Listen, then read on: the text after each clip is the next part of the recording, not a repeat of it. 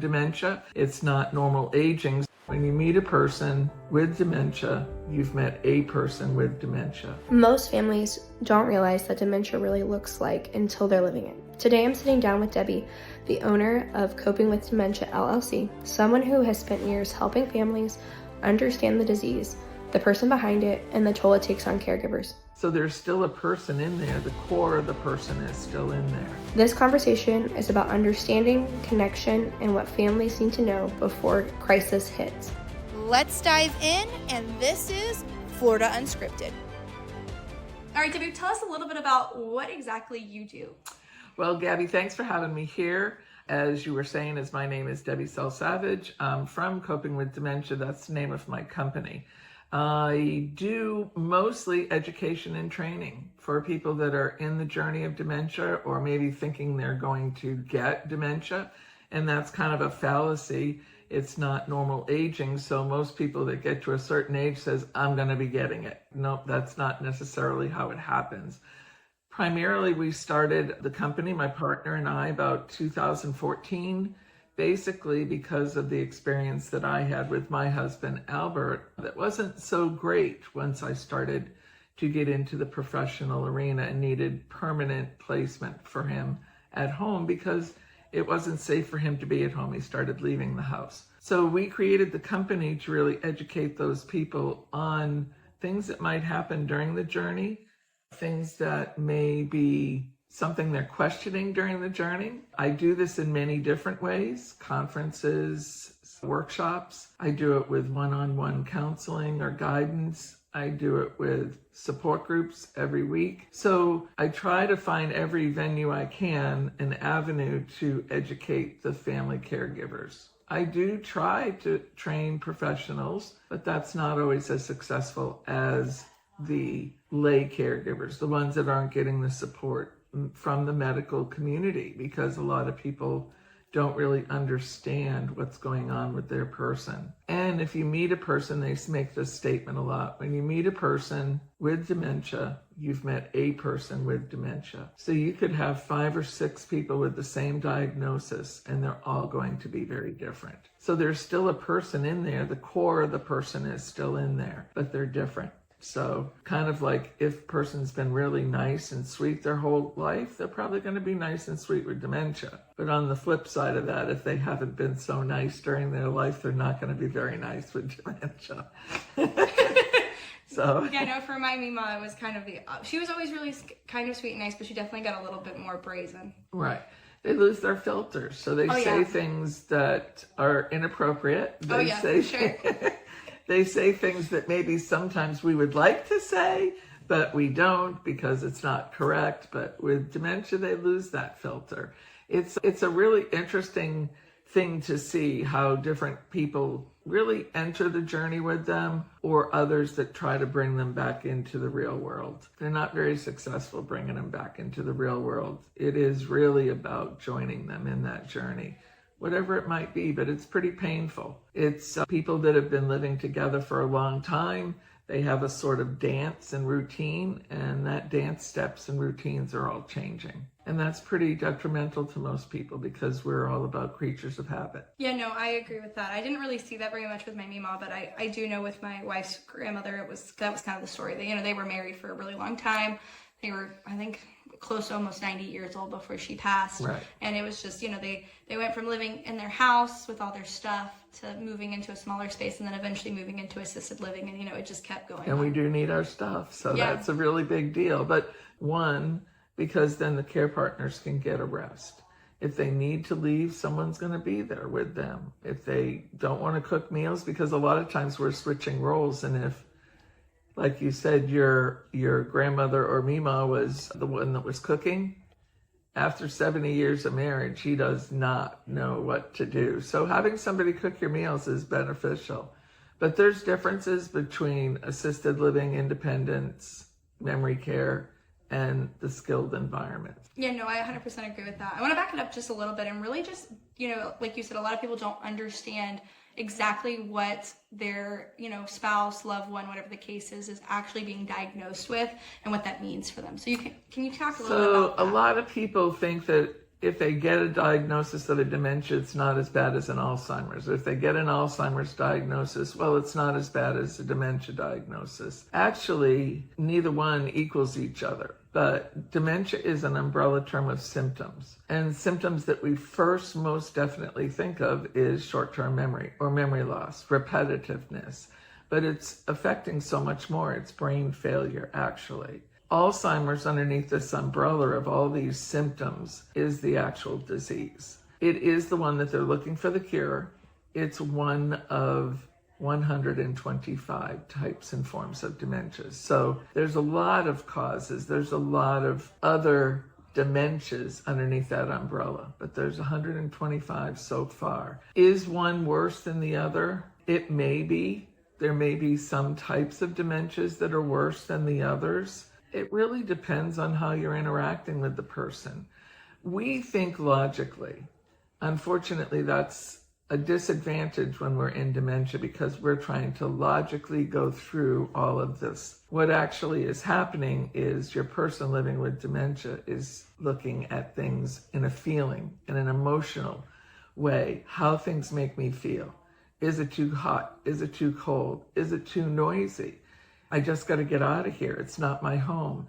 That's how they're reacting. And we're trying to say to them, no, it's just fine. It's the way it's always been. It is your home. They're telling you right now it isn't. So dementia as a term of symptoms, it's getting lost, going to familiar places, rational thinking skills. It's everything that keeps us alive, getting scammed. A lot of seniors are getting scammed, but a lot of those seniors with dementia are getting scammed. Those are abilities that they're losing.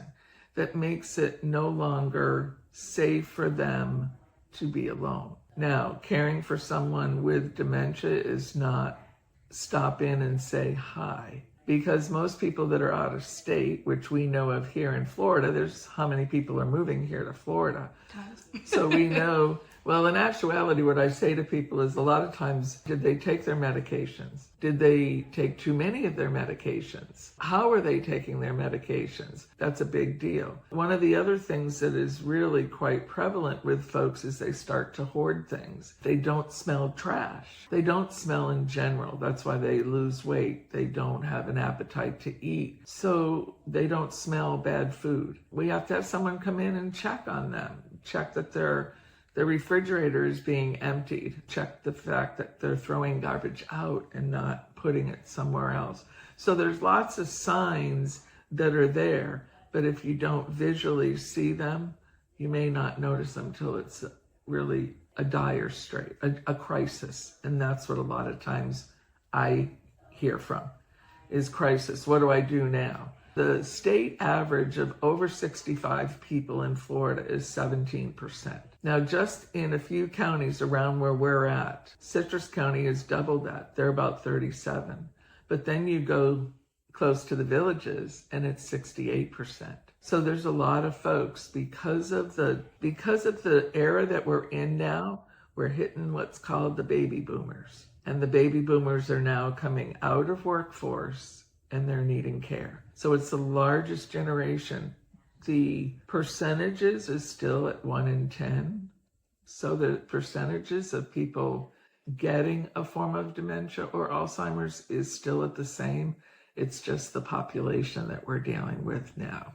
It's exploded. Yeah, no, I'm sure. I mean, because we just have the largest grouping of old people. Like, I mean, we just do. So, right. 1945 to 65. This is it. Yeah, this is it. Yeah, no, it is. It's, I mean, literally, I mean, the villages is full of that. That's, and they're all retiring and they're all moving to Florida. That's how it's going. Right. Good, bad, or indifferent. That's how it is. That's what we're dealing with. So we're dealing with a lot of different things that go with that. But we're also dealing with some people that are out there driving that don't have support. And we're dealing with a lot of people in the community, might be your neighbor, that doesn't have any family support. And that's really dangerous in people that are living with dementia. Not necessarily in the early part of the journey, but as we decline, it is a very dangerous thing. They need support. What kind of support and what that looks like, it's different for everyone. But they do need support. So implementing people in their lives, people that will stop in, maybe some in-home support, Maybe they do need to go to an assisted living, something like that. Maybe they do need more oversight. It just varies with every single different person. Well, I know that you focus really on person-centered care and talking about, how kind of that caregiver and also the person that is dealing with the diagnosis, that kind of balance between the two. Can you talk a little bit about why that matters and how you help those through that journey? Well, person-centered care to me is something I just talked about, is we could see 5 people with the same diagnosis, but they're 5 different people. And person-centered to me is looking at who the person was. So I'll give you a quick little story. I was in an assisted living, and there was a gentleman sitting there, and as I went up and introduced myself, and I always start with, "Hi, my name's Debbie, and yours is." And of course, that was very easy. It's not asking questions. And he said, "My name's Doug." And I said, "Well, Doug, do you mind if I sit down and talk with you a little bit?" He said, "Well, of course you can."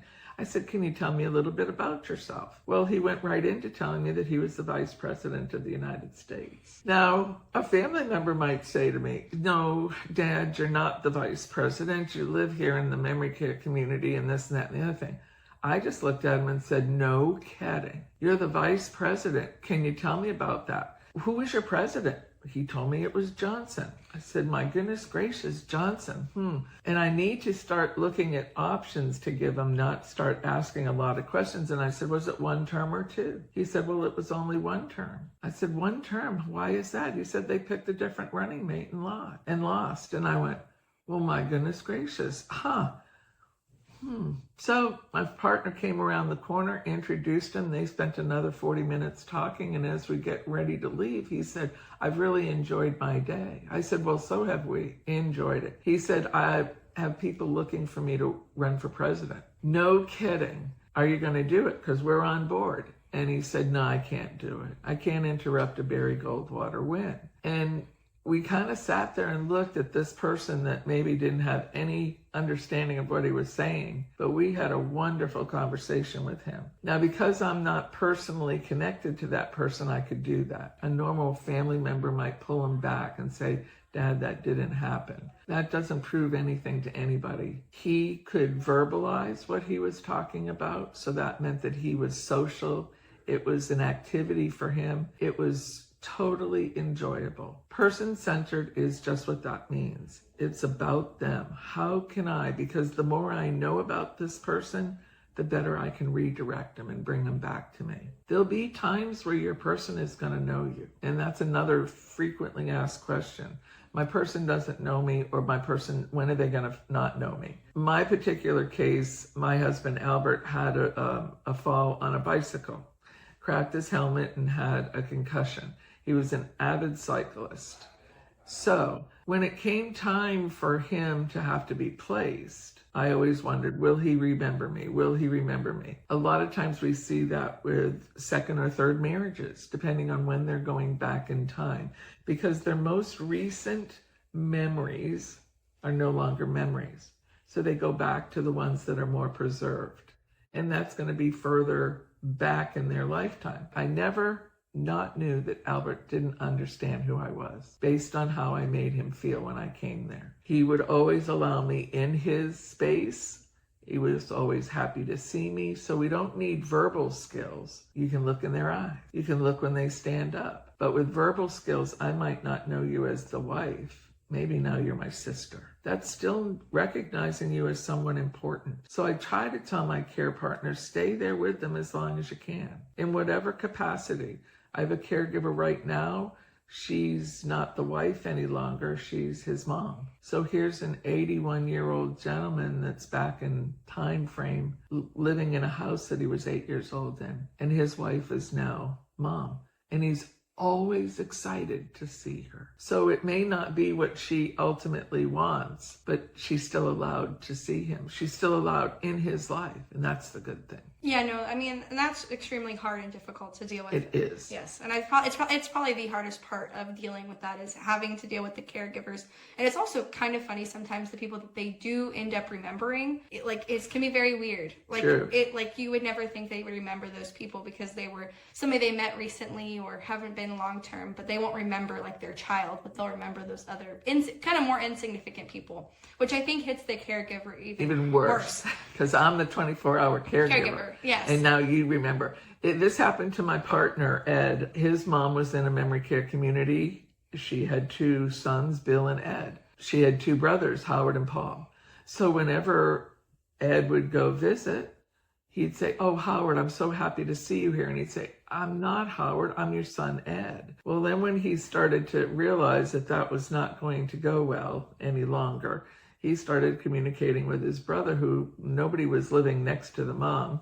And he said, "Well, she's calling me Paul." And I kind of was happy with it because Paul was her favorite brother. So I just went with it. So Ed decided I'll go with it. And their visits were so much better because they were communicating about things that he hadn't heard as a son, but she was communicating him as a brother. Now, the logical thinking skill part of that is his mom had gone back to an age of about late teens to early 20s. The two brothers were always there. Her 2 sons weren't born yet. So is that logical? Yeah, it is to her because she's at an age, once they figured all this out, they became the 2 brothers. It wasn't that mom forgot them. They were actually not even born at the time that she was at. Yeah, in her memory state, yeah. So for them to have a relationship of some kind, they had to assume those roles. And it was some of the best time that they had ever had together, is what he said.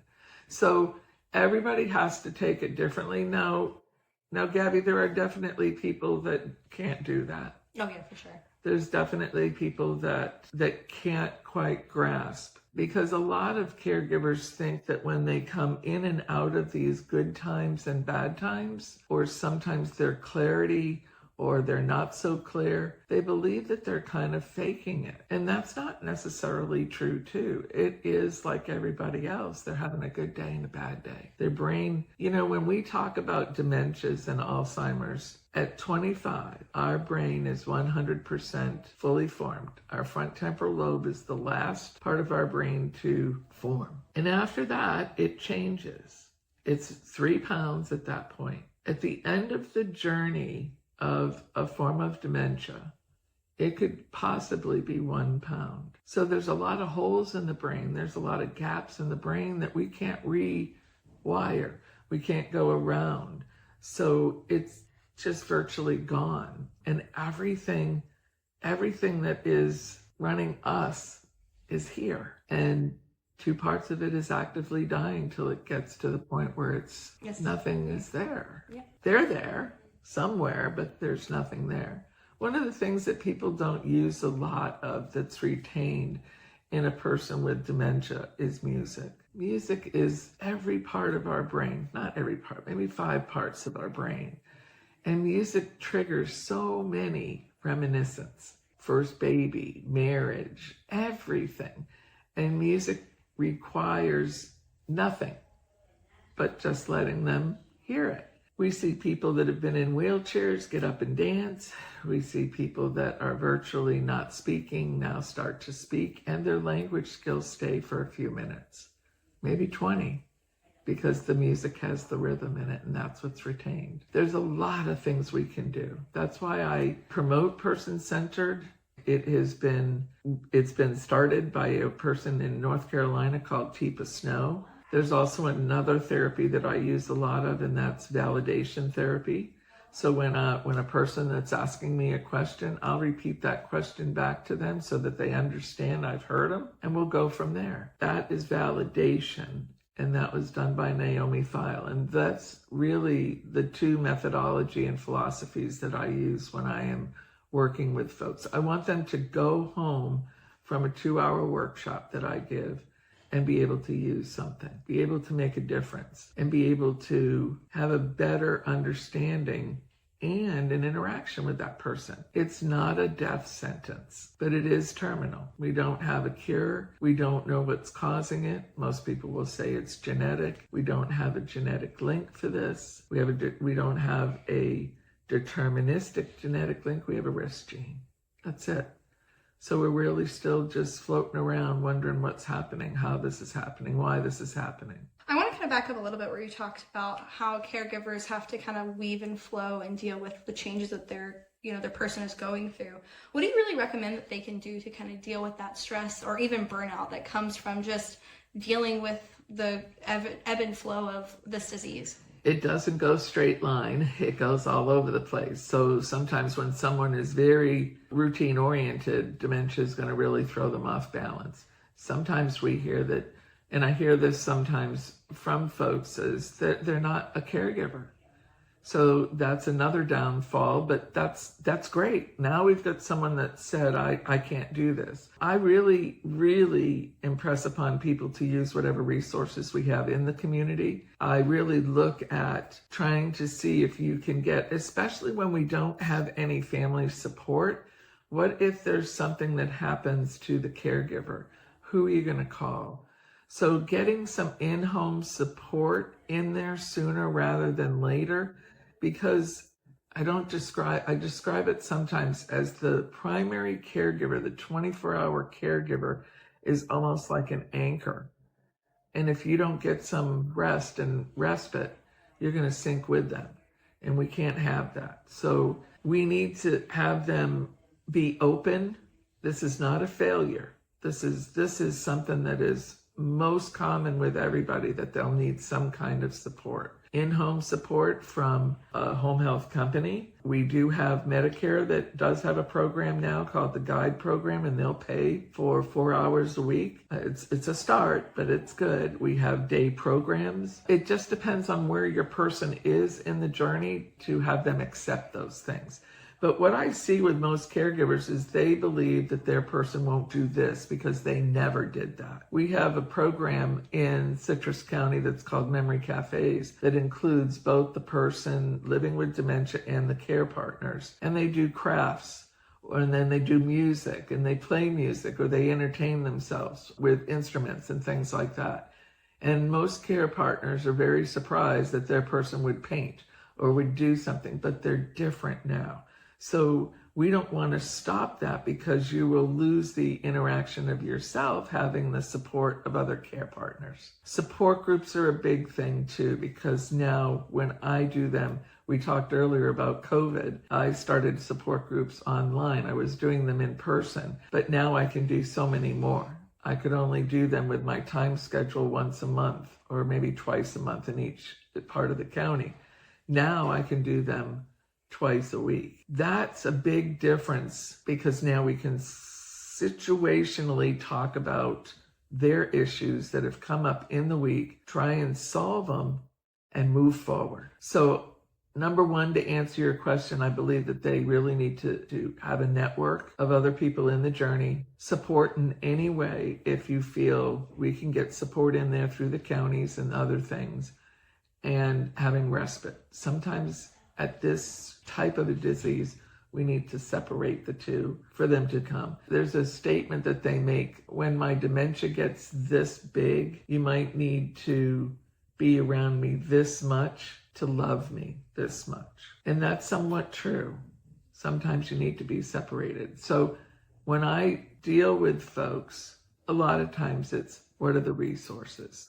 How can we help you? Because when a crisis comes on and you don't have anybody to support you, that becomes a crisis. And now when you have someone that's in there, you have someone you can call. So an in-home support person, it may not be the one you're used to, but they may have 100 caregivers that they can grab from until your family can get there. So we need to take care of the care partners first. So I look at both of them, because everybody's looking at the one with dementia, but we're forgetting about this one over here that isn't making their doctor's appointments, that isn't walking the way they were. And eventually, unfortunately, what happens is my network of friends will dissipate. because I'm no longer the same, or the person I'm with is no longer the same. So we have to create a new network for this journey. Yeah, and I think it comes back to that whole thing of patient-centered care, and even if the patient-centered care goes to their caregiver as well. Absolutely. So it's that whole big picture. And knowing who they are, because that's where I can find out who they were, what they did,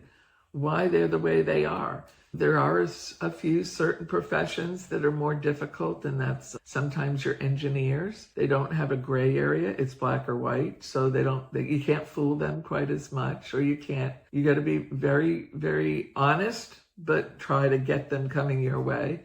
And retired nurses are...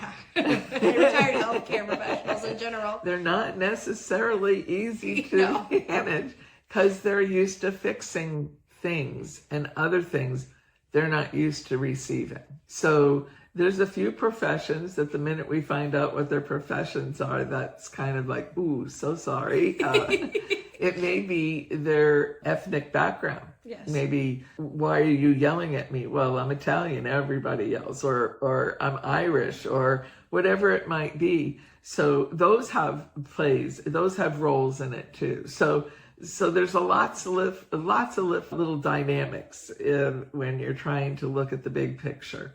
And when we have to start coming to Florida or wherever it is to care for the parents, a lot of times that's not always available. And now we're moving the parents back to a place where they don't necessarily want to be. So there's a lot of dynamics in dementia. They will eventually not be able to really live alone. It doesn't mean that they won't be able to be in their house, but they really need the support. No, I definitely agree. And also it's just, it can go on a lot longer than you think it would. Like my Mima lived, like they said she's going to be gone in 6 months, and she lived 2 years right. in a nursing home. But I think it has a lot to do with the environment she was in. She was able to walk around, she was Correct. Social, she Correct. Did all her little activities and crafts and knitting and all the things, and ate lots of chocolate bars. She really loved chocolate bars. That was her thing. Sweets are definitely it. Well, after a diagnosis, we're usually about 4 or 5 years in the journey, a form of dementia, before we realize that, oh my gosh, what's going on? And then it can be 8 to 12 years. So that's a long time if you're talking about people that are in their 70s and 80s and sometimes their 90s. We do have resources and research companies. They have trials, but they also have free memory evaluations. So if you're not too sure what to ask for, I deal with that a lot. How do you get a diagnosis? We don't have a protocol. So I deal with a lot of people saying, start here, and then just take your steps through so you have an idea of what you're looking for, and tell the doctor what you want. You need to eliminate everything that it could be to now decide that this is what it is. When we mentioned COVID just briefly, a lot of people were in the house. Yes. It wasn't that cool the first couple of weeks to be in your pajamas every day, But we didn't have to be working. We didn't have to do anything. But we knew that we had to get out of our pajamas, or we knew we had to start getting dressed or feeling something. But what was also happening is we weren't going outside a lot. And we saw a lot of people pacing more with dementia. So they were losing weight because they were eating the same, but they were losing weight. And they were much more confused. We noticed that their vitamin D was gone because they weren't outside. So that all accelerated some of the symptoms that they saw, and it was because of vitamin deficiency. So some of the things that we're looking at to get a diagnosis, we need to start with the primary. But we can also go to one of our local research companies that have Alzheimer's studies, and you can ask for a free memory evaluation. Anybody can. And then they can see what's going on. And if you do have some eligibility or want to be in a trial, then you're going to see them a lot. And that makes a difference for some folks too. So I agree. And now they're saying that the diagnosis is like, you could be like showing signs, I think at 40 is what. Yeah. Possibly. I don't know. It's possible. I have had a large amount of people join my groups and they've been diagnosed in their late 50s. That's really detrimental because we're not ready to retire. We may still have a mortgage, car payments, because we're still supposed to be working. So that puts a lot more pressure on the primary caregiver. I definitely agree. I know earlier on we talked about many people that relocate here due to their parents and trying to have to deal with what that looks like. I kind of want to talk a little bit about what they could do and what resources they should look for when it comes to maybe communities. We kind of talked on some of that, but just kind of like an overview of what they can best do, I guess, plan-wise when they get here and what they should be looking for in facilities and things like that. Well, if they want to place someone in a community, there is an independent, which that would mean no medical care, and that wouldn't be probably appropriate as an independent, but they could go in as an assisted living type of resident, especially if they're not eager to leave the building. If they were more of an elopement or a risk of leaving the building, they would have to be in a more secured area. But assisted living is a social model. It's going to be more like your own home. You may have your own room. You may have a companion if you want to and choose to save a little bit of money, because it does get rather expensive. But somebody's going to be managing your meals and managing your showers and managing your medications, which is really important. And a lot of times couples can go in as that, and the care partner has a break because it's not always going to be on him. We can work that out. And then there's the memory care that's going to have a little bit more focused care. They may need to help dressing and toileting and grooming all together. So those are the assisted living models. We can still be in memory care and be under the assisted living umbrella. And then those types of areas of assisted living, they can run anywhere when we're dealing with memory care. On average, it could be around $6,000 a month, and that's low or high. And then your skilled environments, which is what we look at as nursing homes. There's a lot of steps in between because we still could be at home safe with in-home support. And then we could still go to an assisted living. If we lose the ability of mobility and things like that, that may get a little bit more towards a skilled environment. But a skilled environment, nursing home, is not going to be as social. Their model is more clinical. Clinical is going to take care of all their medical needs, but there's going to be another person in your room. You're not going to bring familiar things when you're there. They're not going to be as social and interactive, and you might not see a lot of people if you're not in the common areas. And that cost is going to double. Yeah. So anywhere from $10,000 to $13,000. And most people at that point have applied for some sort of Medicaid. And that is taking in consideration the care partner for future. So those are options. There's differences in in-home support, all of which don't get a lot of dementia training, so they don't have a lot of skill. And that's not the best. So we're looking at a person and we're doing what we need to do, but we're really not doing it for them. We don't really know much about them. In some cases we do, but it's not sometimes person-centered. It's not always just the ideal thing. It isn't. So now what could somebody, if you have somebody that you know, or even other family members but you're not the main priority caregiver, what could those people do to help support their caregiver? Come in and sit with their loved ones. Let them go to some of the things, like I know that some male caregivers, if they came here, they want to golf. We can golf 12 months out of the year. Go sit with their loved ones and let them go play around a golf. Have something that is still theirs, because they feel as though they've gotten lost. We've taken everything away from the person living with dementia, and it's all on their shoulders. So I really try to tell people, don't take things away too quickly. There's reasons why they're not dressing. There's reasons why they may not be going into the shower. There's reasons. Let's see if we can fix that, because if we take that away, it's going to be on your shoulders as the care partner. So I want to learn how to substitute, not subtract. But I need to figure out how to keep the care partners going. And that is to have respite away from it. 24 hours a day is 24 hours a day.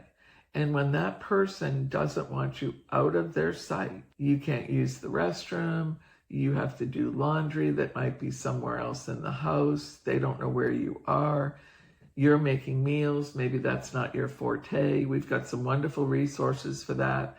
So I just try to gather as many resources as I can and have as many connections as I can to help someone. If someone tells me that they're in Michigan, I can find some resources for them. I can start to look for some respite programs. A lot of the churches have programs. They're volunteers, so we usually can get people still stay in social early on in the journey. But when they start to become a little bit more incontinent and that's not so regulated, we just have to talk to the people. So that's the calls I get. And when I do workshops, it's a 2-hour workshop that's called ABC of Dementia. It's explaining some of the things that we're talking about. I do it in libraries in 3 or 4 counties. I'll go to churches for free. Anything that I can do to get the information out, that's my goal. You had mentioned before that we've had some books. We do. We train law enforcement for dementia. So we have 2 law enforcement books. It's First Responders Guide for Law Enforcement. We have a firearms safety book, Dementia and Firearms, because a lot of people still have firearms and they're not locked up with people with dementia. Short-term memory is not a good thing, not a good combination. I'm not about taking them away. I'm trying to keep them as safe as they can. We have a book that mirrors our workshop. And then we have a book on some of the articles. We have been able to, 12 years now, in our local paper, the Citrus Chronicle. So we have a column, Coping with Dementia, there every month. It comes out the first of the month. And it's articles about what we can do, what's happening, what are some of the things that people bring up to me so I can try and figure out what's going on. So somebody asked me the other day, what are my certifications? Where do I learn? How do I learn? In actuality, I do have certifications, and I was an administrator. I ran a memory care building. I'm a certified dementia practitioner, but in the positive approach to care, I've been certified for 12 years, about 11 years. But I learned from the care partners, because every time they bring a topic to me or every time they bring a concern, if it's something that I don't have something right at my fingertips to tell them or to give them some kind of other direction, I'm going to go research it. So I learn a lot from the care partners because it's different in every single household, which it's not easy. And for me, I would much rather have people not be isolated, to come out and be present. Every single thing that I have mentioned that I do, workshops, one-on-ones, conferences, I've never excluded the person with dementia. And they're sometimes the best people in the audience, because they ask real life questions. How do I deal with this? What do I do? What happens when I'm no longer able to do this for my wife or my husband? They know what's going on. They just might not be able to pinpoint it. So if somebody doesn't like to hear the A or the D word, I just use memory loss. And then that fits into everybody, because everybody has memory loss somewhere. No, everybody. You're making notes because you're forgetting something, yeah. Right? Yeah. So it doesn't matter what age. So we've had conferences and maybe had 300 people there. There's at least 10%, because they can't leave their person at home. They're welcome to be there. And they stay the whole time. Try to just give them tools. Try to give them a voice. And while I'm giving the person living with a dementia a voice, people are also watching me communicate with them, validate, and be in their world for that second. Because if I'm not, I won't be able to learn about them to be able to help later on. So it's really important to know who they are, where they're at. If they are having, nobody really asked who my husband was, Albert, until the last person that was going to care for him, because she started watching what he was doing. And she asked me who he was. Well, he was 21 years as a Navy submarine sonar person. So 21 years under the water is a long time. And then he became a test pilot for Lockheed Martin, which was the complete opposite. And then he was a helicopter pilot for Bell Helicopter in Iran. So she now had an answer of why he was looking up in the sky.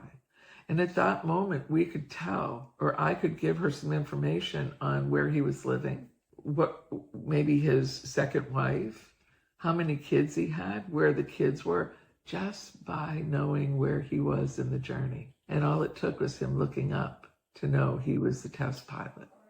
I could tell you everything about where he was at. And that's what they used to redirect him. When he got agitated or something, they just brought him outside and they waited to look for planes.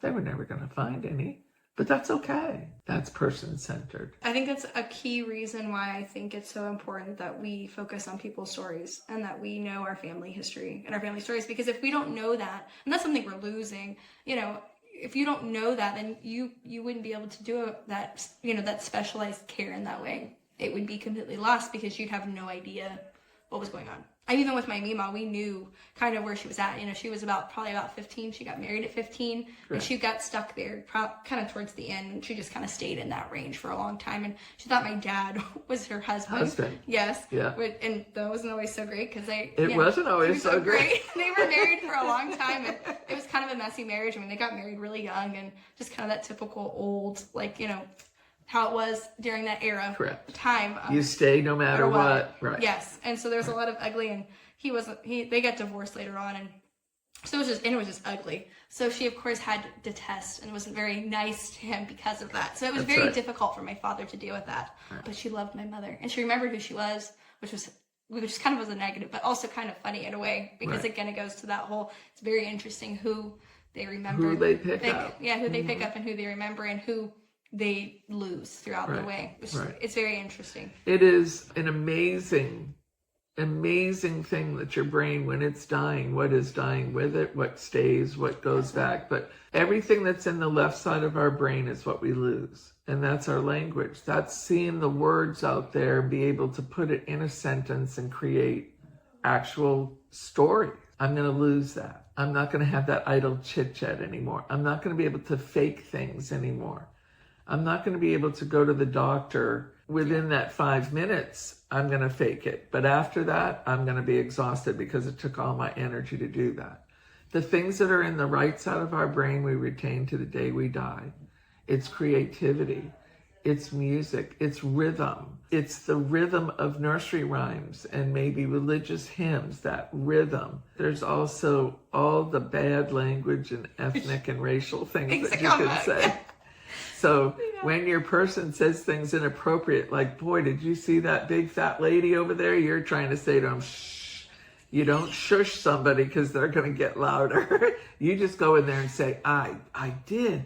I love that colored dress. Wow, thank you for pointing that out. And just redirected him right away from that, because you could be. So a lot of, whenever I go to workshops, I have this wonderful little card that says, please pardon my companion. They have a form of dementia. Yeah. They may be slower, they may say, and the minute you show people that card, they understand. Yes. Most physicians a lot of times will say, don't take it so personally. Well, when somebody just called me big and fat and I don't know them, it might be a little personal.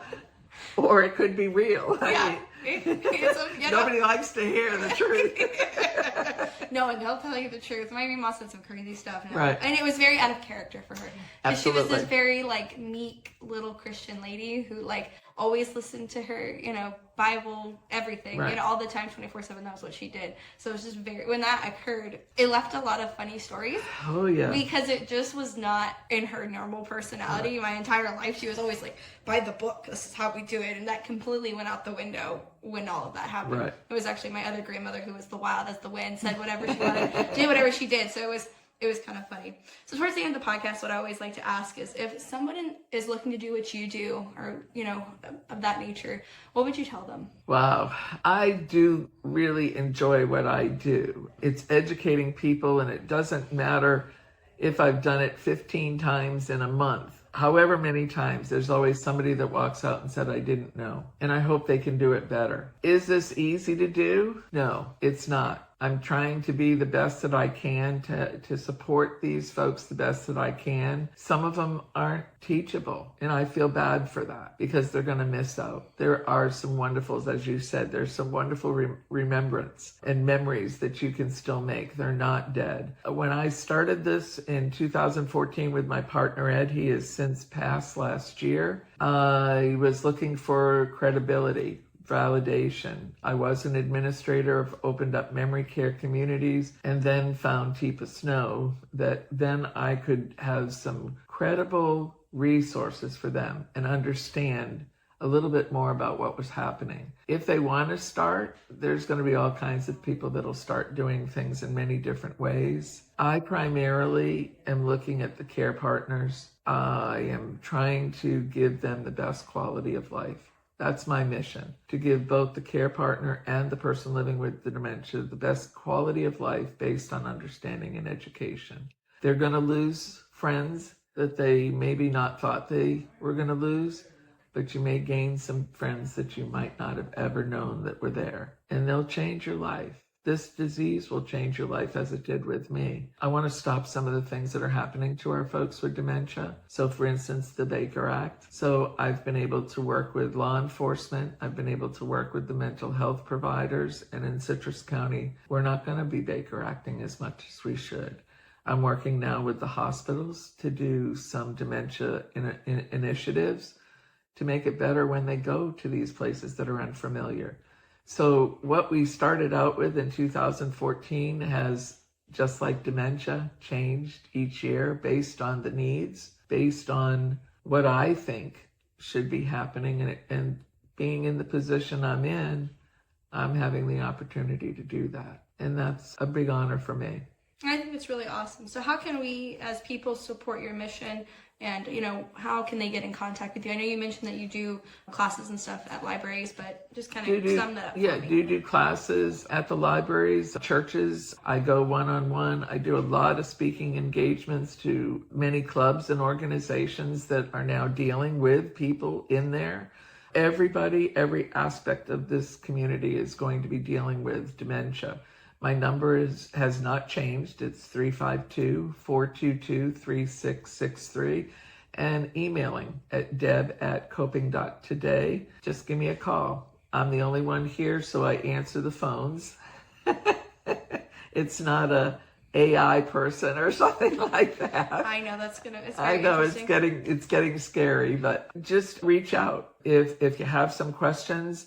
If you need a support group where they're online, you can join us at any time. I do Tuesday afternoon for 2 hours and Wednesday evenings for those sandwich generations, like you said, family members that are now coming down here that may still have kids. Because if we're looking at what's happening, and the generation now coming up is having children a lot later, so we're going to see that more and more. So I do them at night, but I answer the phone. If not, I will get back with you. I'm in the paper. I'm around. Some people have said I'm probably around too much because they hear my name all the time, but it's my honor to try and help them have the best quality of life. Financially, the only real fee is the one-on-one counseling. Everything else I try to keep so that there isn't a charge for, and then donations. So it's all workable.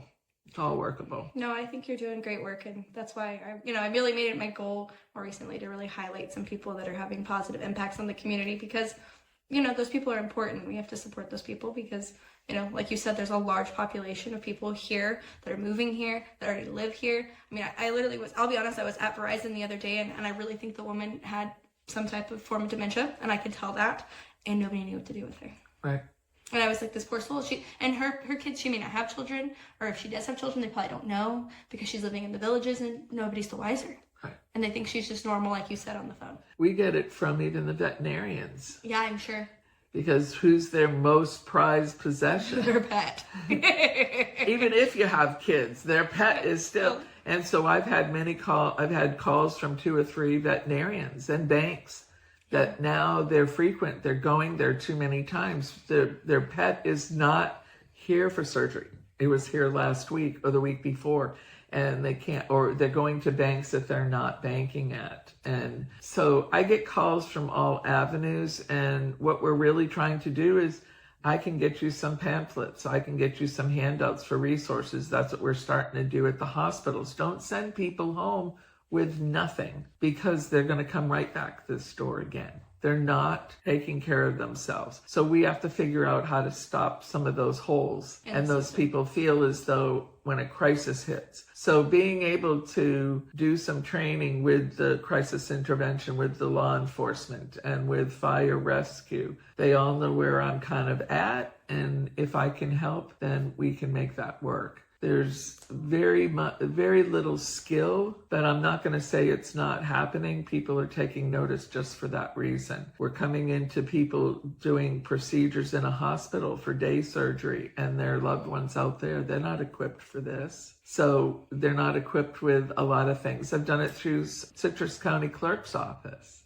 So we're getting them in every aspect of our life, even as that person writing a check out at the grocery store. And all of us are so impatient thinking, who writes a checkout anymore? But those might be the people that's the only way they can manage. And that's a flag for me. No, it really is. It's definitely interesting. Well, I appreciate your time, Debbie. Thank you, Gabby. This has been great. All right. Well, I hope you guys enjoyed this episode. If you need to get in contact or you have somebody that's dealing with some of these, in this situation, please reach out to Debbie. It's a great resource. I know, unfortunately, a lot of people are dealing with this. So check back next week for another great episode.